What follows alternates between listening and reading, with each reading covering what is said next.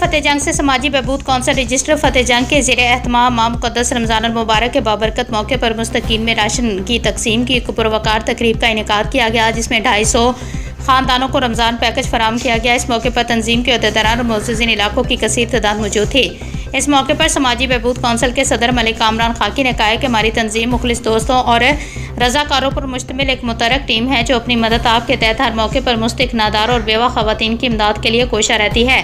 انہوں نے کہا کہ رمضان راشن کی تقسیم کے ساتھ ساتھ عید پیکج کا بھی باقاعدگی سے اہتمام کیا جاتا ہے، جبکہ سال بھر مختلف فلاحی پروگراموں کے ذریعے غریب طبقے کی مدد کی جاتی ہے۔ اس موقع پر سینئر نائب صدر ثاقب علی خان، جنرل سیکرٹری سید وجاہت حمدانی، عابد حبیب اعوان، ممتاز ہاشمی، حق نواز وکی، خان گڑھی، مجیب الرحمان، سہیل محبوب اور دیگر عہدیداران بھی موجود تھے۔ جنرل سیکرٹری سید وجاہت حمدانی نے کہا ہے کہ دکھی انسانیت کی خدمت سے دلی سکون حاصل ہوتا ہے اور یہی اصل فلاح کا راستہ ہے۔ انہوں نے مخیر حضرات کے تعاون کو سراہتے ہوئے کہا ہے کہ ان کی معاونت کے بغیر ایسے فلاحی اقدامات ممکن نہیں۔ سینئر نائب صدر ثاقب علی خان نے کہا کہ اگر مخیر حضرات اسی طرح تعاون جاری رکھے تو تنظیم اپنے دائرہ کار کو مزید وسیع کرتے ہوئے زیادہ سے زیادہ مستحق خاندانوں تک امداد پہنچا سکتی ہے۔